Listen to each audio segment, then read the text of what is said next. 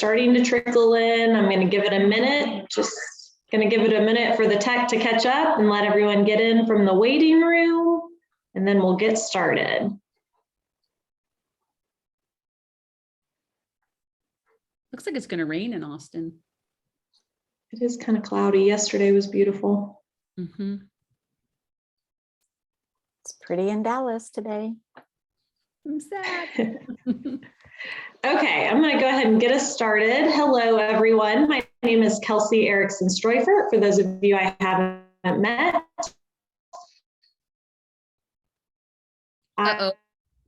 Internet. and I'm joined by two other women who are, can y'all hear me? Okay.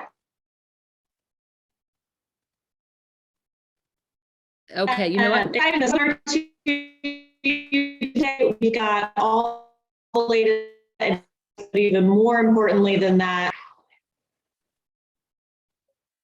Kels, we can't hear you.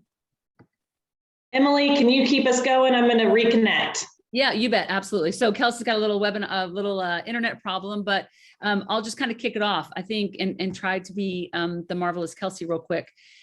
Bottom line is, one of the things that we've learned in this pandemic is that data and information is power when you not only understand the data, but also understand how to take that data to make better decisions about your restaurants. And one of the things that we've promised you from the start is that trying to make you the best operator possible and trying to give you insights into what's happening in the market, into what your customers are thinking, or what the market in general and the direction it might be headed, that's real value. And just in the last couple of months, we were introduced, thanks to just a great connection in the industry, to Lisa Miller, who, I'm going to let Lisa tell a little bit of her story, but I think what makes this remarkable is not only the sheer volume of insights that she's collected, but really from the very start of the pandemic. And so if you think about it, if we'd all just paused and thought to ourselves at that moment, we are going to do this amount of data collection, we're going to start to look at trends, we're going to start to look at things like safety and when consumers feel like they're going to come back out again, and a guest experience. Well, she's done all that. And now, from whether it be Lester Holt to, and I'll let Kelsey maybe jump in, but some incredible, including our own Black Box Intelligence group that cites this research. It's that important. So what we're hoping you get out of today is that we're going to allow Lisa to walk through research. I think what's so amazing is that the data that you're seeing today, you are the first group of people to see this data. That's how recent it is. It was pulled just yesterday. And so I think what I want you to really key in on is this thought of value, this thought of where the employee's head is in their equation and their relationship to you, and what kind of things you can be doing. And then also thinking about just generally when we talk about price and experience in a restaurant. And we've said this a lot lately, but I think now we have some good numbers and some good insights from Lisa to help you understand where maybe that inflection point is going to be reached. And then you actually start to lose that customer. And so Kelsey, if it's okay, I will turn it over to Lisa. It is an honor to have you here. I'm so grateful that you made this connection to Kelsey and I, and allow you to walk through, I think, what's going to be a really informative presentation for the group online today. Thank you. Yes.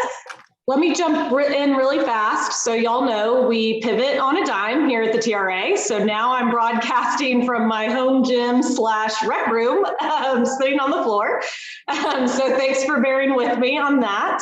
I do just want to quickly say thank you to everyone for joining us. We are recording this webinar. We will share the recording.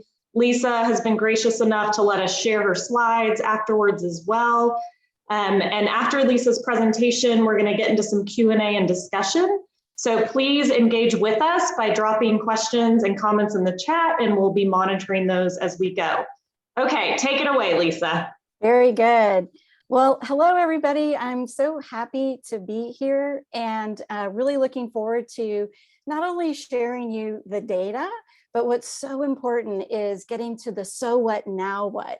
I know you guys live in a sea of data and operations and all of that. And what you don't need is just more data to blow your head up, right? So what I want to do is tell the stories of, yes, I am going to share some numbers, But what I really want you to do is listen for the story and what does it matter? How can you use these insights to help you today, tomorrow, and in the coming months to help us get through kind of where we are today? So I call this work the journey back to joy. And as Emily talked about, I did start this back in the very, very beginning. Literally, I looked at it and it was March 30th, and I just said we had to pivot. But before we get started on kind of where we are today, doing what I do for a living, it's so important to learn from the past. So before we get to the most recent data, I want to just remind us, and I know sometimes it's like, ooh, I don't know if I want to go here for March of 2020, but let me go ahead and just start to say, do you guys remember where you were when you heard the news that literally the world was shutting down? I remember exactly what happened to me. It was March 13th, Friday the 13th. And I support the restaurant industry, the hospitality industry. So just like you, on a dime, my business went upside down. Meetings canceled, projects canceled. Oh, by the way, projects that I had already completed, companies were saying, I'm sorry, Lisa, we can't pay you right now. We just can't. So just like you, the world was upside down in my business, just like yours. But what happened is there was this language that we had never heard before. It was the language almost of wartime. We had quarantine, shelter in place, hospitalization, shutdowns, lockdowns, flattening the curve. And what was all of this? We had to Google what was even going on. How do we handle this? And so it was just so challenging to even figure out what is the next step, let alone the next week. What's the decision in front of me? So again, I'm trying to figure out in my world, what can I do to help? And what happened was, do you remember when we all were talking about flattening the curve? We thought if we closed for 2 weeks, if we closed for 4 weeks, we could flatten the curve. What happened at that time, though, we flatlined our communities. Companies had to shut down, employees were sent home, and it has been a struggle, as you guys know, to get back to where we are today, tooth and nail to find it. I was talking to a restaurant operator, Barry McGowan from Fogo de Chao, and he talked about that day as the day the music died. It was like the life in the communities just shut down. There was no joy in our communities as we had to pivot and figure it out. So that's actually when I said, I can help. I had never done this type of research from an industry perspective, but I said, you know what? Our industry delivers more than just food. And you guys know this because you live it every day. We deliver nourishment for the soul. We create communities. And I realized, all this data that was coming in, do you guys remember that? It was hospital cases, the shutdowns, the mandates, state by state, community by community. Nobody was really asking the questions about what it would take to get the consumers back. And sure, you could ask them, what are you going to do in the next 30 days? Sure. But who the heck could answer that question? I know I couldn't. So I said, you know what? The only way to get to the other side of this is when consumers can feel joy again and get over that concern about fear. And you guys might remember how you were feeling back in those early days. Some of you might have been just like, yes, let's get back to it. Some might be, I'm a little nervous. I'm not sure if I want to be around other people. So we had to say, how do I measure joy? That's kind of a new thing. So here's what happened. I came up with, and this model, as Emily mentioned, this model has been used by Black Box, the Wall Street Journal has used it. It's really become a leading indicator of restaurant sales and traffic. So imagine that. If you could say, wow, if I measure these people and how many people are in each group, it actually lines up with sales and traffic. And I'm going to show you how that works. But let's think about this. Imagine again, you got to kind of, where were you in March of 2020? And I want you to think about these 5 statements up here. And when you think about Were you one of those people that are like, you know what, I am just out the door and I am just going to get back to my normal life and I'm just going to go and enjoy things? So basically COVID didn't really impact you at all. The next group, and then imagine, which one were you in March of 2020? Were you out there taking it slow? Like, yeah, I'm going to kind of do things, but I'm not going to do it as often. Or you're like, woo, I'm going to wait and see. And I'm just going to kind of check it out and see what's going on. Were you anxious? And if you were anxious, then you really were definitely pulling back behavior. And then if you were very anxious, it's just like, I don't want to have anything to do. I'm going to stay home until things get better. And did we ever imagine things would take over a year? At that time, again, we might have thought it might have been a couple of weeks, a couple of months, but who knew it was going to last as long? So imagine where you were. Now, imagine where you are today, and has that changed of how you think about it? So this is what I've been measuring for 2 years now in this roller coaster ride that we've been on for the last 2 years. So let me show it. So this is my first data page, but let me walk you through it and show you what it means. Okay, it's a bunch of squiggly lines, right? So let's start on the far left-hand side. This is where we were in April of 2020, okay, 2 years ago. So about half of Americans that we surveyed all the time, once a week in the beginning, once a month now, half of Americans in April were like, you know what, I'm ready to get back out there. 25% were kind of on the fence. And then 20% were like, I'm kind of anxious or very anxious. So that was April of 2020. And it was interesting, come May, and that's when the doors were starting to reopen, I actually wrote a blog and I called "And So It Begins." What happened was, and you guys lived it, the doors reopened, people didn't come back, or not as many as we thought. Why? Because people thought, oh, I'm ready to go, I'm ready to go, I'm ready to go. When the reality collided, perceptions collided with reality. And so they didn't come back. And so then what happened, follow that red line. That red line has been a roller coaster ride. And when you get to, Memorial Day, that's when we had a lot of the BLM protests and, rising cases. 4th of July, even more. Do y'all remember July of 2020? Oh my goodness, we were all in survival mode. But we got through 2020. When you start looking at January of 21, do you guys remember Q2 of 21? That's when things started to get a little better. And you can see that in this data. The amount of consumers that said, I'm ready to get back out to living my life again, started to improve by a lot in Q2. When you come to holiday, people thought I was nuts when people, last holiday, when people would go back to the stores. Retail sales in department stores were up 21% in the stores. People wanted joy. They wanted to get back and live their lives. But we can't ignore the Delta surge, the Omicron surge. And every time that little switch happened, we felt it in the restaurant business. This is the chart that really has helped be the leading indicator of restaurant sales. And what you can see today, now where we are in the far March, on the far right-hand side, we have a little dip again. We have this little variant, that's coming back, that's hitting the news. But the good news is that that very anxious group has held stable. So this is really good news to say we're moving in the right direction. There is light at the end of the tunnel, and it's not a train.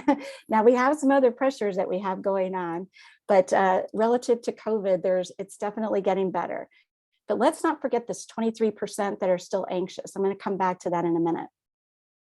So I'm in Dallas. I'm a native Texan, by the way, and been here my whole life. But when we look at Texas, Texas is actually, not surprising, we're less anxious than the rest of the country.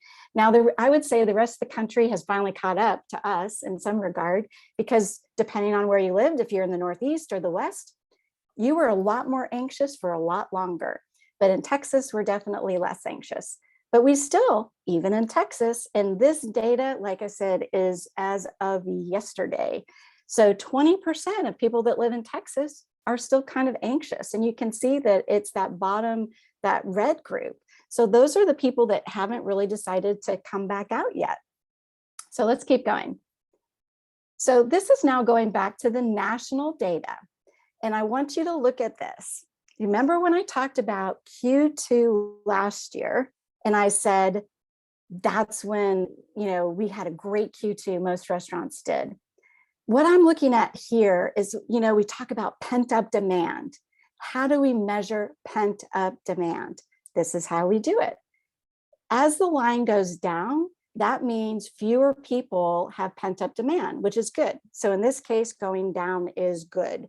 That means the pressure cookers releasing and more people are going out. So do you remember that segmentation at the beginning? Those out the door first, very anxious, opposites. So what happened in Q2, this is very important. What happened in Q2 is those people that were very anxious, they were like flatlined. This is all about dining out, and they had not really stepped foot out in a year, that very anxious group. But in Q2, the gates opened, and it was those that were very anxious that drove that growth. That's pretty exciting because they got up off their sofa and walked through the doors. But what's happening today, that green line, those are the people that they were very much less concerned about it from the beginning. They're not coming back out as frequently because it's not as joyful anymore. And I'm going to talk a lot about that. So one of the key messages is, how do I provide a joyful experience that's worth it for all of my customers? Because that's really what's limiting us today, not COVID. So we'll continue to kind of go through this. So let's look at what are those pain points that the consumers are facing today. Let's talk about that. Now, this is, again, I've got some Texas data coming on some other things. Now let's pause here for a minute. Again, a lot of data on this page, but what I want you to take away, the green side, this is January 2022, just the last couple of months. We have to start thinking about this as frequency, because the people that have come out are the ones that are going to come out. It's going to be really hard to get those other people up off their sofas because they are kind of nervous. Remember that red group that 20% that are nervous? It's going to take a while for them to come back out. But what's happening is people are coming back out, but they're not coming as often as we want them to come. So it's really about frequency to get them to come back time and time again. So the chart on the left basically is saying, are you going out the same as before the pandemic or more often? And what's so encouraging, so again, there's light at the end of this tunnel, is that number of people saying that they're actually back to their normal frequency keeps going up and up and up. And we even have that little bar at the top, that 9%. Those are the people that say they're actually coming more often than before the pandemic. And one of the things that I talk to a lot of restaurant operators about is, for those of you that are in full service restaurants, COVID has reignited this passion for dining out in a restaurant. Now, I know you guys might not feel that today, but when something is taken away, as it was in 2020, it was taken away and it made us want it more. So it's up to us to deliver against those expectations. But the demand is so there. People crave being able to get together and break bread together, as the saying goes. It's not functional. It's all about those making connections, as we talked about before. So that's what's going on the left-hand side. Now let's look at the right. That's a lot of red. So basically, half of the people that have walked through your door today, think about that, 1 out of every 2 people, they basically just said, you know what, I haven't come back to the frequency that I used to. And you might be thinking, tell me why, Lisa. What is it? What can I do to bring them back to their normal frequency? But that's a big number. So let's dissect what that looks like. As I mentioned, this whole notion of, is your experience worth it? And what the customers are telling us, we have kind of a double-edged sword on this page. So 34% of people that have been out and are going out less often, pricing, that's not a shock to anybody. 34% of the people going out to restaurants say, you know what? The prices have just gone up so much. I may love going to your restaurant. It may be the best thing ever. It's just not affordable to eat there often anymore. So I can't go as much.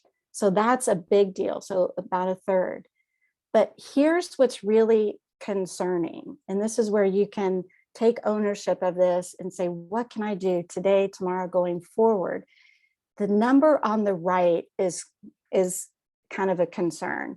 So dining out less often because the experience just isn't as good anymore. And guess what happened? So that went up 9 points since last month in March. That is a massive jump. So imagine this, it's a tipping point. So prices keep going up and up and up. And have you done anything to improve your experience to warrant that price increase? Or are we raising our prices? I know we have to, I get that, but it's because everybody else is doing it. I will tell you that the restaurant operators, there was a article about First Watch. During 2021, they didn't raise their prices and they're just now taking their first price increase. So we have to ask ourselves, if we're going to take price, how do we add value to the experience? Because what this is telling me today is we are reaching that tipping point.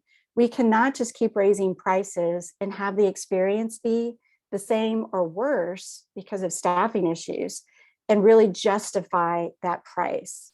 So we have to be able to add value, not just take price, because guess what happens? For decades, perfectly predictable, you take price, traffic goes down, and it's a vicious cycle that we go. And as the saying goes, once you take price, you can't take it back. That doesn't usually happen.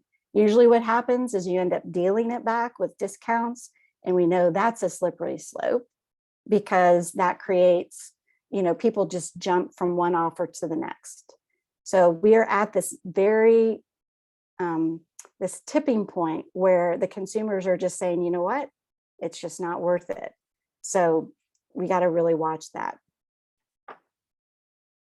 So let's look at Texas specifically for a minute. And again, this is data as of yesterday. So the macro inflation income pressures are definitely mounting. When we look at Texas specifically, about half, 55% of people in Texas are basically saying, you know what, it's just not affordable. When gas and other things are taking hundreds of dollars out of people's pockets, they just have to make choices. Now, here's a very troubling point as well. 36% of Texans are living paycheck to paycheck. So when we think about your guests, your employees, that 36% are living paycheck to paycheck. And that just makes it very challenging for people to go out. And then about 35% are basically saying there's significant impact on my finances. So there are very real economic pressures that are happening today. So that value equation, that tipping point, as I mentioned, we can't just keep taking price without improving the value. People will come if it's worth it, but you can't just raise the price and not change the value. So I know gas prices are on everybody's mind. Now, these numbers are still high, don't get me wrong. However, the good news is these numbers are coming back down. So when we ask consumers about the gas prices, about 51% say that they're driving less because of the gas prices. And this is as of yesterday. The good news is that that is actually down 8 points versus last month. So that is a very strong improvement that, the gas prices, particularly, across the country are coming down in Texas. And then the other thing is nationally, that prices have gone up so much, I've had to pull back. The same number I just shared a moment ago, that too has come down 6 points, still high, but it's going in the right direction. So this is where, we had to deal with COVID for the last 2 years. Now we're dealing with unprecedented inflation, 40-year highs, but the data is at least moving in the right direction, that we've kind of, seems like we've crossed over that curve a little bit. So let's keep going. Now, I know that this one is one that everybody can relate to. And this is basically, this whole little section that we're on right here is about the pain points that customers are having. So again, we want them to get up off their sofa, to come through our doors and engage with us, but we know staffing has been a problem. Again, you guys live it every day. So when you look at this chart, this goes back to January of 2021. So over a year ago, and this is the benefit of having this longitudinal data. Back in 2021, everybody was like, you guys, we're all in this together. I get it. You guys are short-staffed. We love you anyway. I get it. So only 21% had that concern back in January of 21. Do you guys remember? Again, I know you do. Customers, when they really started showing up in droves, Q2, Q3, they showed up angrier. Do you remember that?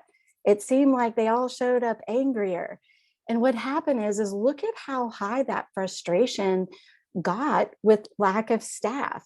So at its peak in December of last year, the consumers were like, okay, guys, I know you're short staffed, but figure it out. And so that was a huge barrier to people not having a good experience. And again, I know you guys lived it every day, but what's happening, again, things are moving in the right direction. We would love to see that number.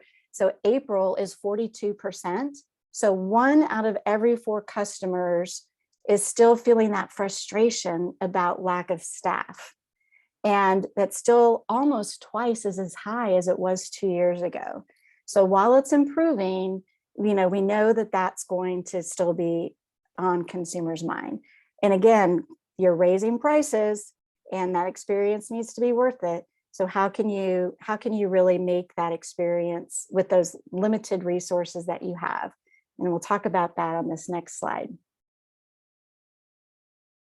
So we added a question in March, so a month ago, and there was a hypothesis that said, how, like now, because we've had all this turnover, we have to have all this training, and are we actually seeing that our consumers and our customers frustrated with, associates not being well trained? And so, the glass is half full versus half empty. So the good news to me was that, the associates aren't being well trained was pretty low. That number on the other page was 42%. So the fact of the matter is that today, that frustration, that's not an issue. So that's good because we didn't want to have yet another issue. Now, what we did see, though, is there were some differences based on the age of the actual customers. So who were those people that were most likely to actually say that there were issues with, lack of training? And those were the Gen X, the household income over males with household income over 100K, and then kids. So think about that. We all know this intuitively, but when you have families and these families have gotten up off their sofas, they're excited, they get their kids in their car and they want to come have a great time, they need to be taken care of. And not having your staff well trained is going to be a greater issue for parents than it would be, for other cohorts. So let's keep going. So another thing that we have been tracking is my favorite item that I went for was no longer available. Again, we got to just make sure we solve some of these pain points. So 20%, so 2 out of every 10 customers are like, God, I just came in for that very special item. I was so excited. I hadn't had it in a long time and it wasn't available. But I will say what's so fascinating, you may be thinking, many of you on this call, you may have optimized your menu. You may have cut items off your menu. Those recipes that had those single SKUs, those things really became so inefficient. The positive about this is that 20%, again, in a single month, went down 6 points. And why does that matter?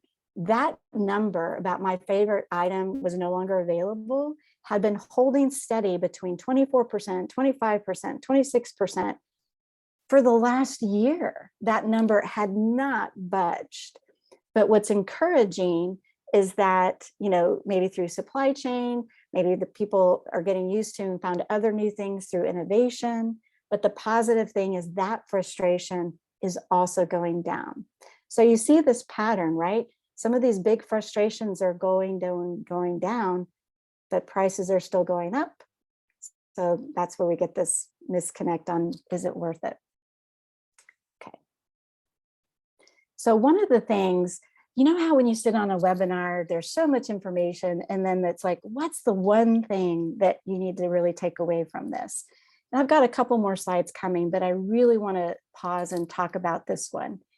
When I talk to restaurant operators, I hear people saying, we need to get our customers to come back.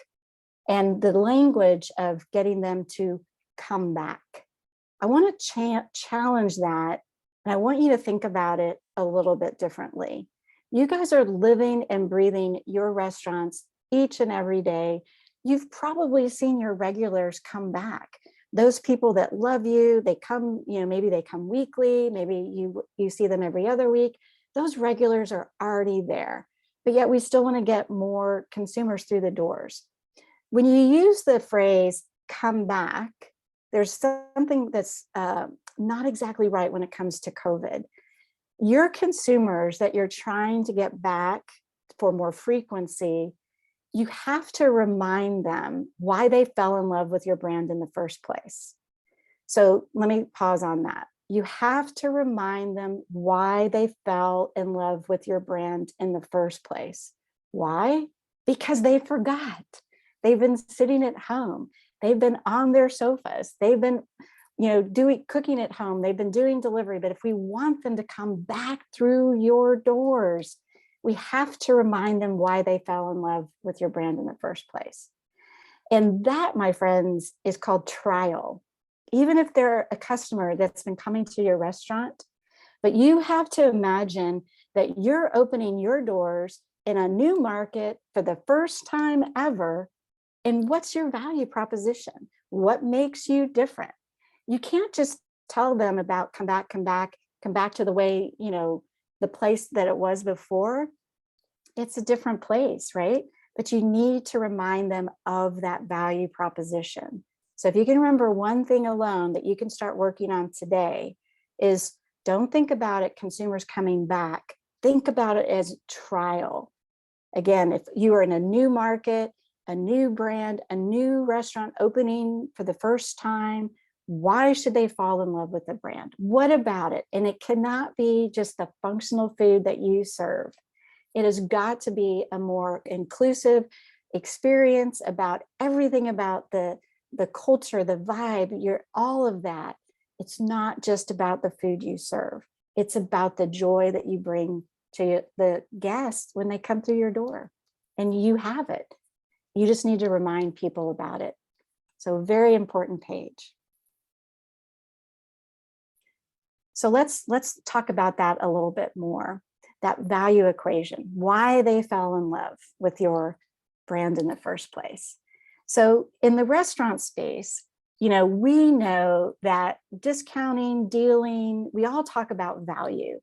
But and I know most of us know this logically, that value is what you get for what you give. And so we know this logically and we know this intuitively, but yet when it comes to taking price, we just take price. So what are we adding to the equation to offset the price? Are we adding anything, or did we just take price? So that's a very important thing. When you look at this equation, what they get versus their expectation, because if you're fast casual versus casual dining versus polished dining versus fine dining, expectations are massively different. So you have to deliver your value equation for your expectations, deliver that brand promise. And I talk about it as the good, the bad, and the ugly. And it's the food and the service and the ambiance. The one thing that you may not have thought about on the bottom of this equation, sure, it's what they give, which is money. Have you thought about time? Because when the consumers come out to spend time with you, that is such a part of being worth it. Was it worth my time? Not only my money, was it worth my time to actually come to the restaurant? Now, I want to ask you guys, have you ever had this conversation with a coworker, a spouse, significant other? Hey, what do you feel like for dinner tonight? I don't know. What do you feel like? Anybody have that conversation? I know we have it every day at our house. And so what happens in a nanosecond, you are either on the list or you are not. You are on the list or you are not. So let's play this out. What do you want for dinner? I don't know. What do you feel like? Well, how about so-and-so? The other person goes, nah, I don't feel like that. Have you ever had that happen? Where you actually toss something out, somebody else vetoes, or vice versa? So what happens is all of these little things come to mind. I don't remember that being so good the last time I was there. Or, wow, when we got our check, that was pretty expensive. Maybe the food was cold. So in a nanosecond, you are off the list, right? And it's hard to get back on the list. When they love you, you might get another try. But then, once you're off, a couple times, then you're out of the consideration. So your experience being worth it helps you win that. What do you feel like for dinner? What do you feel like for lunch today? I don't know.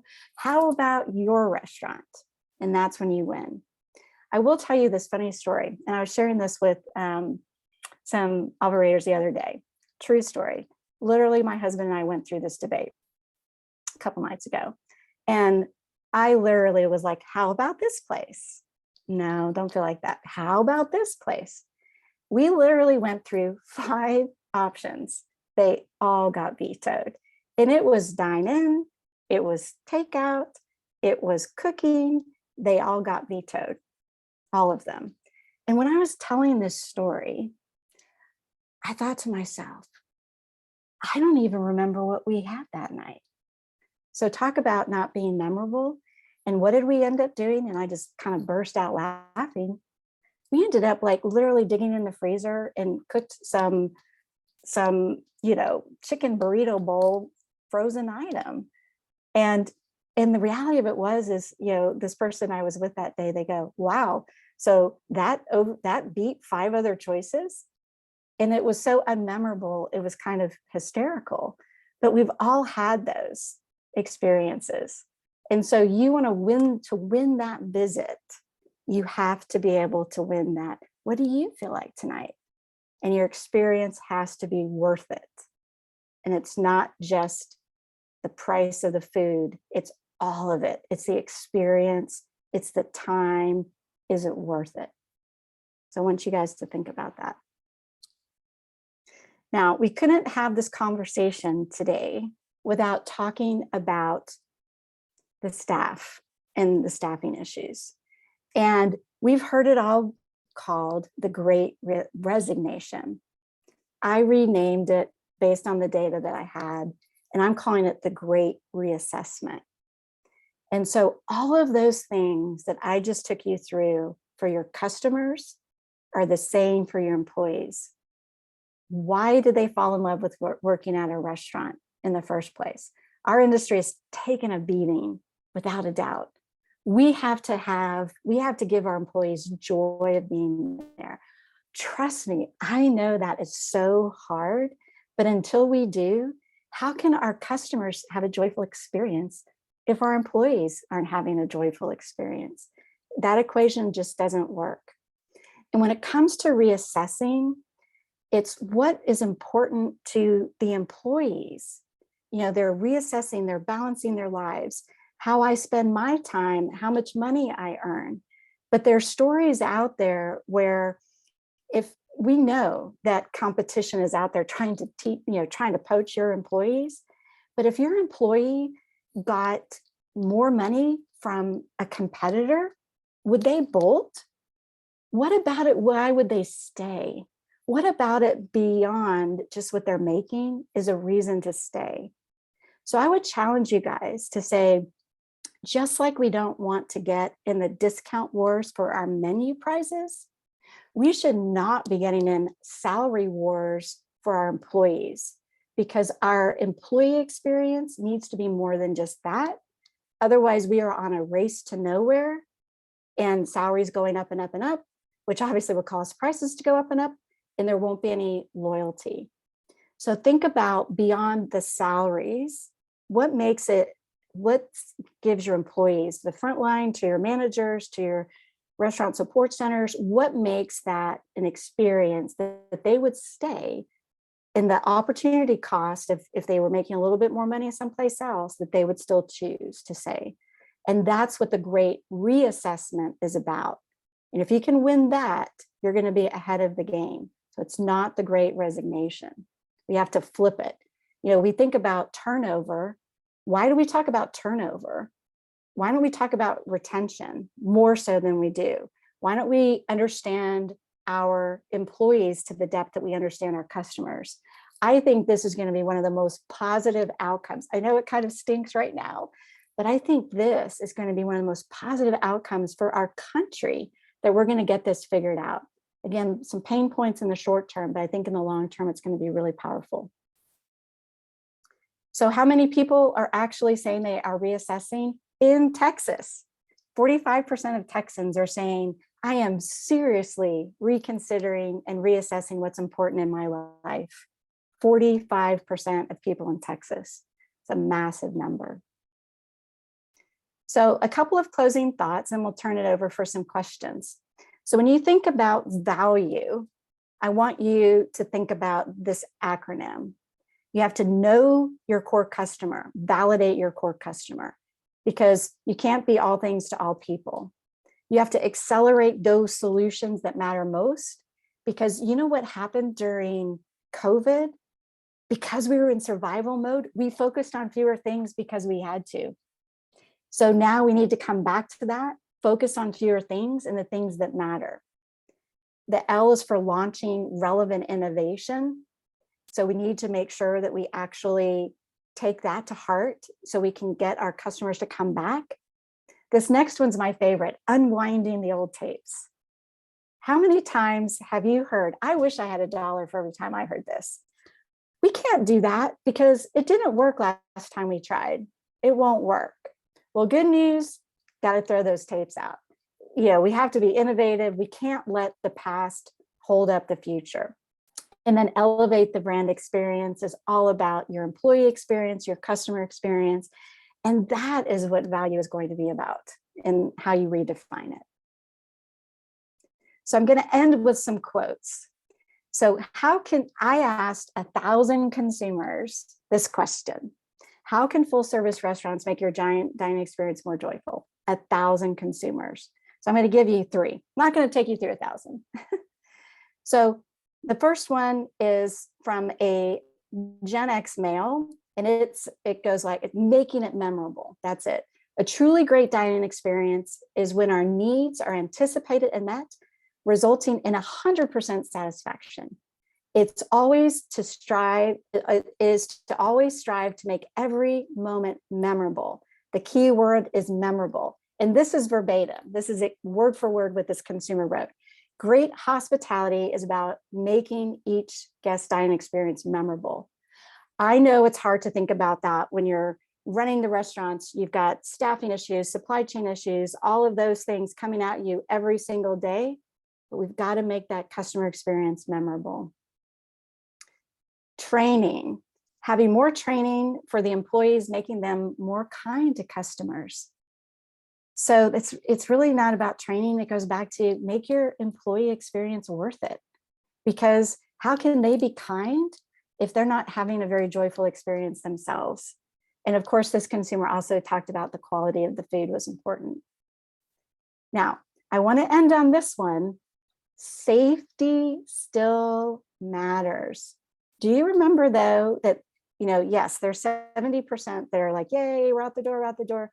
There's still that 30% that are still kind of wondering about COVID a little bit and safety protocols. And some of you on the phone may be in those groups. So, they have been bending over backwards to comply, but it's just not the same. You have to be so careful just to go out. So I'm not saying, go back to, like the lockdown and we've got all these masks and all this stuff. However, your consumers are watching. And when it comes to frequency, if they don't feel comfortable with some of those safety protocols, you will never hear that complaint. They just won't show up. So there's still restaurants that have, those kind of sanitation specialists where, you're visibly cleaning the tables. Consumers are really, I know as operators, we may think we're over it. The customer's not over it. You still have quite a few people. And there were a lot of comments and the question was, how do you make it more joyful? And that's how they answered, make it safer. So we just have to remember that. So let me leave you with these. Again, what's the so what, now what? Remind the guests why they fell in love with your brand in the first place. It's not about coming back. It's about generating retrial because they've forgotten how wonderful it is to come out and dine. You also can have that same thing, making that experience, remind your employees why they fell in love with working with your brand. So then we want to evaluate all of those touch points to make it worth it. That value acronym that I took you through. Prices keep going up and up, but what are we doing to make sure that value and it's worth it keeps up with that? And then I would say we really need to go deeper on understanding the employee insights, just like we do our customer insights. And so the last thing is that lead with joy and then reassure with safety, because the consumers are watching, but what they really want is a joyful experience. So with that, what we'll do is that is our journey back to joy for today. And with that, we'll open it up for questions and see what I can answer for you guys. Hey, Lisa, thank you again for that great presentation. Just chock full of data. And again, I just want to emphasize a lot of this data came out yesterday. So grateful that Lisa let us be the first audience to really receive it. Data that Black Box Intelligence uses, it's been published in national publications.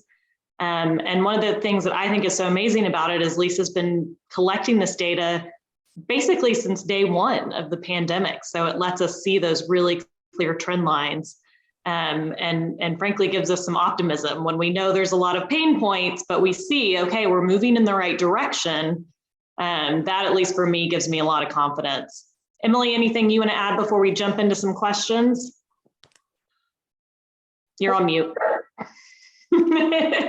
Somebody had to always do that. You're on mute. What's interesting is, so I obviously looked through the deck before we met, but having you walk through it, Lisa, it almost feels a little bit about helping our operators and owners remind themselves of why they got into this business, right? It's because they love people. I mean, and I know because I chose this even for my education. I love to provide service. I love to watch the smile on someone's face when they had a great experience. I loved, bringing a team together and managing a team to create joy, to use your word. And it's almost like everything has become so complicated for these operators. We had a meeting this morning and a lot of the lobby was there in Austin, and you're just looking at all of them going, you have no idea as you're speaking about what these restaurant owners and their employees have gone through. But maybe a way to help us think about this is this tipping point that you spoke so eloquently about, and that joy piece, because I went through that and I wrote it down again so I don't get it wrong, reassessment. And as people are doing that, employees are doing that, I truly believe what you're showing us in the numbers, that people aren't leaving because they can make an extra $2,000 in most cases. They're leaving for a place because they want connectivity. They've been isolated for so long, even here in Texas. So I think there's just a lot to think about. And I think the idea of joy for employees and customers, it's going to provide the competitive advantage for the restaurant that buys in. I truly believe that. Yeah, I agree. And I think what you just said really resonated too, which you can elevate that to, the operators, the managers, all of the folks. That's why we do what we do, because we love this industry. Yes. And there's nothing like the energy and the energy of being in a restaurant, and it's bustling and you're serving customers, you're making them happy. That's why we do what we do. But yeah, I have heard so many heartfelt stories talking to operators at all levels about just literally being in the early days of COVID, being so tired and exhausted that you can't even get out of bed, and managers taking on extra shifts because employees aren't showing up. There's so much, amazing stories out there about the people that showed up, right? Because they love this industry. And just heartfelt stories that I'm hearing as I've been doing this for the last 2 years. Definitely. And I know we've got a couple of questions, and Sure. I know so Kelsey, I don't know if you want to read it off or. Yeah, sure. So we've got some great questions from Josh. First of all, and I think this is a great question, is just how do we measure guest experience, whether they're getting joy out of the experience? How do we measure that? And I think that's one of the reasons we get so fixated on costs, right? Because it's simple math. We can measure it. It's in a spreadsheet. It's black and white. And these other characteristics are a little harder to measure sometimes.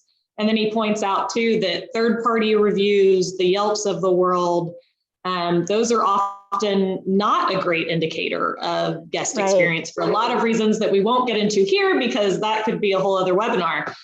So Lisa, Emily, any thoughts on how you measure that guest experience? Yeah, well, definitely, because that's definitely what I help with day in and day out. Is there's a couple of different things, is that, for some companies, you might already have like those surveys that you get on the back of on the register receipts, and people fill those out. Those are good to ask. What I would say is that's the pulse, the moment in time, what's going on that day and that shift.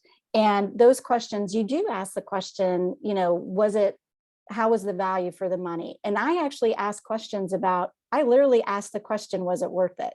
And then I asked the question, I basically asked the question, did you have sticker shock?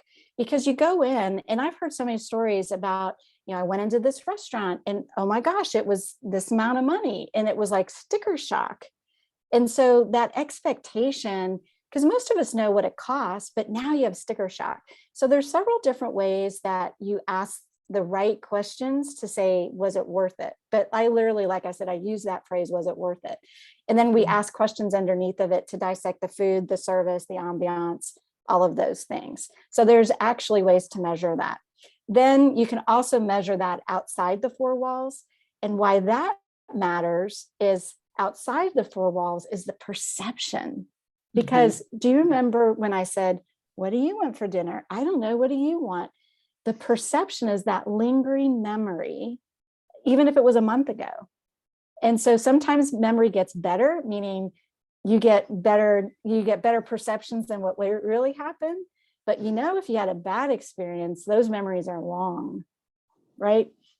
So those are two ways to measure it: a moment in time, kind of at the point of, experience. And then you have to measure it, because that perception is where you're going to win that debate about what's for dinner tonight. That's right. Perception's reality, right? In the customer service world. Absolutely. What about for employees? How do you measure their satisfaction, sense of belonging, those types of issues? Yeah. So what we've been doing, I've been getting more and more, I would say in the last 4 months since the beginning of the year, with all this, the retention issues, I've been getting more of my clients asking to do customer or employee surveys. But what we're doing is we are asking satisfaction. Are you looking for a new job? Would you recommend this? So some of those same types of questions you would ask a customer. But what we're also asking is, what are your goals? Where do you see yourself in 5 years? Do you feel like you're getting the right growth opportunities? Is your manager listening to you? Do you feel comfortable that your manager even hears you? Or do you feel, because in the restaurant world, I've talked to a lot, I've done interviews with frontline servers. Some people are scared to death of their manager, and they would just rather quit than have a conversation with their manager. The other big thing that I'm hearing is, so that's how one of the things, but it just made me think of a quick story. The shift meetings, I hear from employees that it's all about the store. Do this, do this, do this.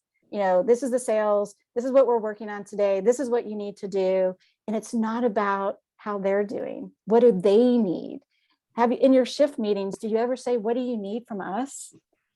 Typically, no. It's all about communicate, chop, chop, chop, gotta go. And how about asking them, what do you need to be more successful?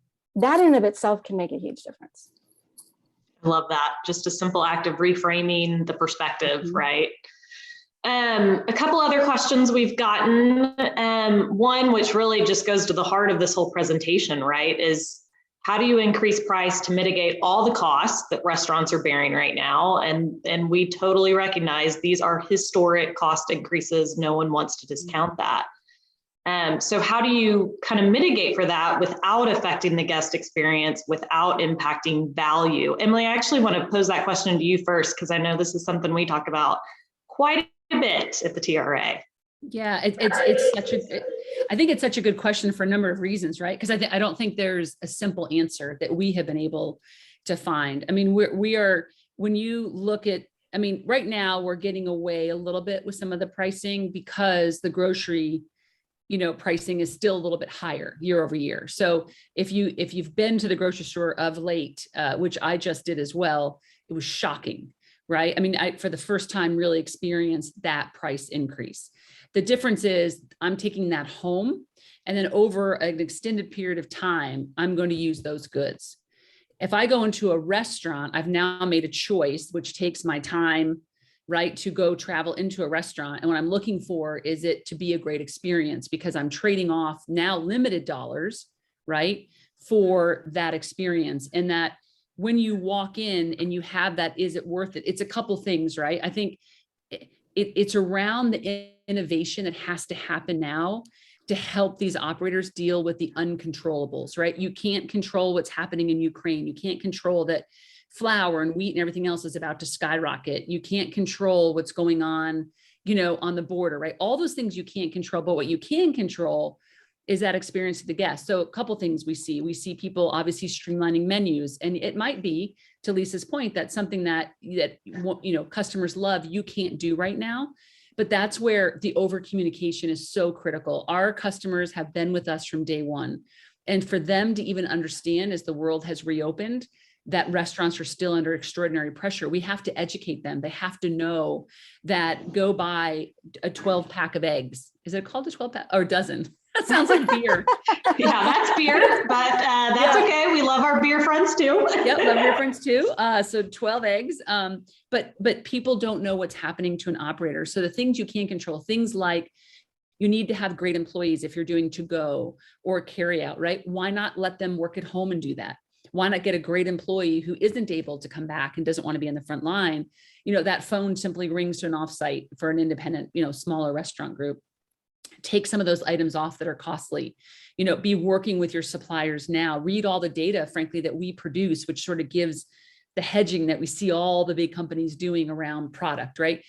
Be on front of the things you can control and avoid the things you can't. But I can say this, that you got to innovate. Like, you've got to think differently. And Kelsey knows this. We have people call all the time to say, when is it going to get back to normal? And every time this is normal. And I'm not going to say new normal because I hate that phrase, but this whole idea of the relationship and whose job is whose and how you engage that customer. But I can tell you that I've been out several times when I have had a standout experience and I want to go back.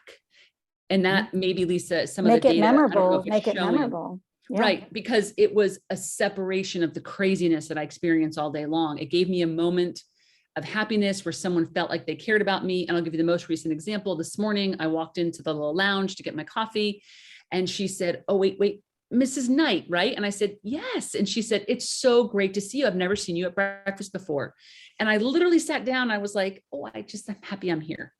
Now that sounds crazy, but instead of going somewhere else tomorrow, I never eat in the hotel. I'm going to go back there because I felt important, right? And so it's those little things now, I think, but it's also around supply chain and doing some really good decision-making there. And then around your employees, checking in with them and then creating their roles maybe differently that still gets what you want as an owner or manager, but also gets the employee something that's important to them. I think, and if not, there's too many industries in desperate need of people. We're not going to keep them. Well, and I think the other thing I would build on that, Emily, is that one little tip is, so if there is a menu item that maybe you've taken off or maybe you just don't have today, is the fact that, educate or train your employees to make a suggestion to say, if you like this item, why don't you go ahead and this item, we've heard great things about this item. Why don't you try this versus that disappointment of, I came and I wanted that and it's not here. Then the server becomes a hero. That's right. For actually, having something new and different, to try. And we know customers' patience they're done with COVID. I mean, the ones that are out and venturing out, like you said. And so they're excuses that aren't well delivered. It makes that frontline employee not want to do that job. Right.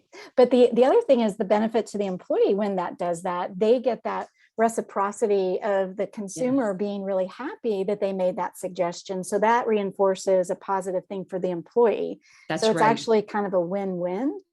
So, make sure that your staff is, well trained for those substitutions, and it's your server becomes the hero. And I think with that, we got to reduce the turnover rate. I think last year, limited service was 167% in 21. And so every dollar they're putting in to train these employees and then they're leaving, right? And so it's like a never ending circle of hell, lack of a better word. And I think that's where as an association, if you think about our investment in ProStart, our investment in the Hopes Grant, right? We are doing everything we can now to accelerate the development and interest in our industry. So young people will come in, retirees will come in, and I would say also my advice would be stay close to us, stay close to the association, because our job is to help develop the future talent that you need. And it's going to come from many different places than it has before. So that's both interesting, exciting, but also going to be a challenge because it is a different source. But we are going to be several 100,000 jobs short in a couple of years. And we're going to have to solve for that now because Texas is just accelerating its growth. And as Governor Abbott says to me when I'm wincing about something is they all have to eat. So that's what we're here for. Just to cover a couple other quick ideas too, we're seeing a lot of kind of seasonal specials. So really look at, what products available to you and make it exciting, right? Add to that joy factor, train your staff so they can pitch those items. Really think about your technology, right? If you have a strong online ordering system, that's less time your employees have to deal with online or have to deal with to-go orders. Right? Think about what sides you're offering with meals, right? And how you structure your menu. So it's not just, the price of meat went up, so now the price of this item went up. Can you add something to that so that there's more value there? So I think all of those are just different ideas about how to, take the price you need, but also make sure you're still looking at the value. And then really quickly, we have one more question. I'm going to go a little over time because I had technology issues in the beginning. Don't want to rob y'all of the whole hour. Pete Cortez asked, Lisa, if we have any data about how people feel about returning to work versus just working in general. Any thoughts or data you can share with us on that? Not surprising, I do have data on that. Not surprising. And so what's interesting is this whole idea, if the question is really about people that work, I don't know if it's support centers or in general, but from a social engagement standpoint, one of the things that I see in the data that people have missed about going to work, whether it's at an office, whether it's a restaurant, they miss that social connectivity to other humans. And that's one of the things that as people go back to work, they're looking forward to. So people want, I would say, it's not about people not wanting to work. It goes back to the great reassessment. It's how again, one of the most positive things out of COVID, why we work, how we work, where we work. Those three things are going to be the powerful change in this country. So it's not that people don't want to work at all. And when you bring people back, encourage those social connectivity, those times allow people to go have their lunch. Don't make them feel like they have to be like locked to their desks. Or they don't have an opportunity to engage with others because that's what they're missing. Mm-hmm. So people do want to return to work. It's just going to look a little different. I love that. That's a very positive note to end on. Thank you again, Lisa, for sharing your wisdom, your data with us. This has been so great. Thank you, Emily, as always, our fearless leader of the TRA. And thank you all, Kelsey, because you always put great webinars together. And I'm sure that the attendees and those to watch later, this is super valuable. And, understanding this and having Lisa walk us through, it was great. Really grateful. And thanks everyone for bearing with my technological challenges. Maybe I'll just stream this webinar from each room in my house, so you'll see the whole house by the end. But seriously, thank y'all for tuning in. We will share the recording and the slides later. And thanks for joining us. Everyone have a good day. Thank you, guys. Bye. Thanks, Lisa. Mm-hmm.